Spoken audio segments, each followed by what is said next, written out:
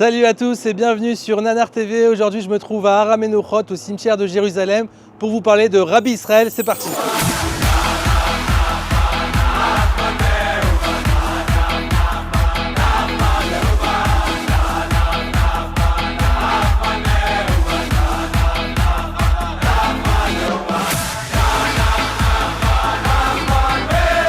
C'est vraiment compliqué pour moi de faire cette vidéo puisqu'il y a énormément de choses à dire sur le sujet, mais je voulais vraiment le faire pour pouvoir faire découvrir un maximum de personnes qui sait Rabbi Israël, c'est vraiment important. On va voir ensemble rapidement c'était quoi son histoire, comment il a découvert Rabbeinu, Rabbi Israël Kardouner, comment il s'est rapproché de Breslev, l'histoire bien évidemment du Pétek et sur son travail qu'il a fait de diffusion de Rabbeinu à un âge aussi tardif, et aussi surtout c'est quoi Nanar Nanar Style.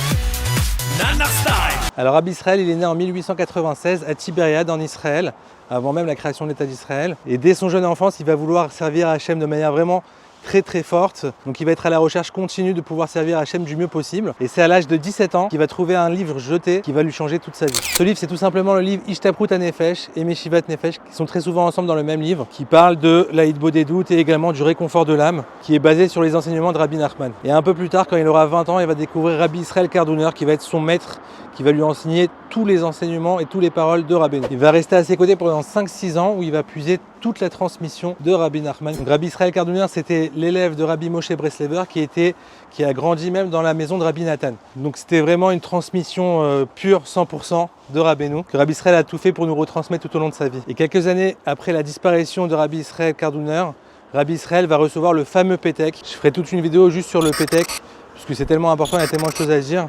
En quelques mots, c'est un message qui s'adressait à lui à ce moment-là, mais aussi à nous tous, pour notre génération. Un message de réconfort et d'espoir avec beaucoup de mots très forts, beaucoup de secrets également à l'intérieur du Pétek. Et surtout, c'est la première fois qu'on va découvrir le chant nouveau, c'est-à-dire le chant qui va être chanté à la fin des temps par tous les tzadikim et qui va renouveler tout le monde entier, à savoir le Na, Nar, Nachma, Nachman, Meuman. Donc c'est ce chant-là qui est également la signature de Rabbeinu, qui comporte énormément de secrets pour la fin des temps. D'où le nom de la chaîne Nanar TV et également toutes les chansons Nanar, Nachma, Nachman, Meuman.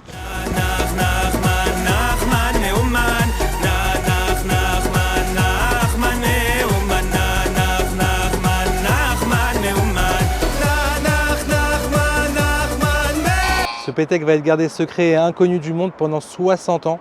Et c'est seulement après 60 ans qu'il va le faire découvrir au monde. On sait très peu de choses sur la plus grande majorité de partie de sa vie. Je ne sais pas si ça se dit.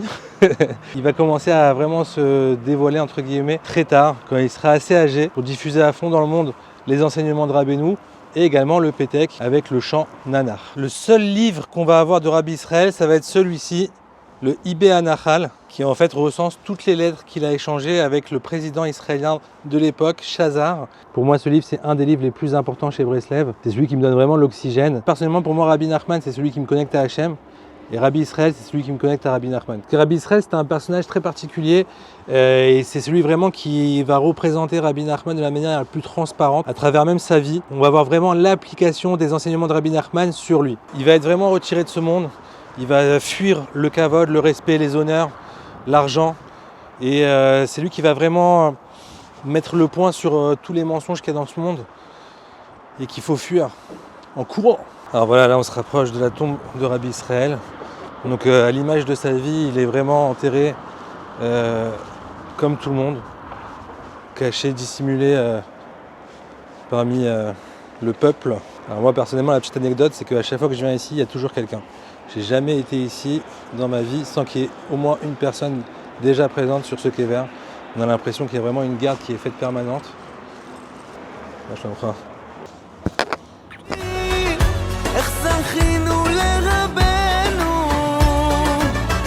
Voilà la tombe de Rabbi Israël au dessert, Saba, comme il est appelé Saba Israël. Et juste à côté, il y a sa femme qui est enterrée aussi, Esther. Vous avez ici un endroit pour allumer des veilleuses en l'honneur du tzaddik. On peut allumer ici aussi.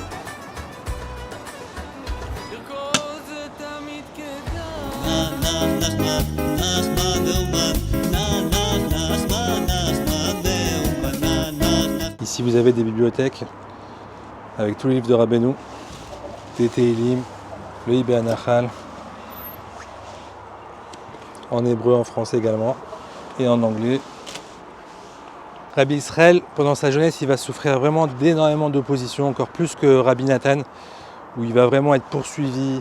Il va même dire qu'il n'y a plus de cailloux à Tibériade, tellement qu'ils ont tous été jetés sur lui et sur sa famille. Et même à la fin de sa vie, et même après sa vie, il y en a beaucoup encore aujourd'hui qui controversent Rabbi Israël, puisque c'était un personnage très spécial, si je peux dire un personnage, un tzaddik très spécial, qui en fait à l'image de Rabbeinu n'est pas comme tout le monde. Du coup ça peut déranger certains. Rabbi Israël, il va être connu surtout pour son fameux rire.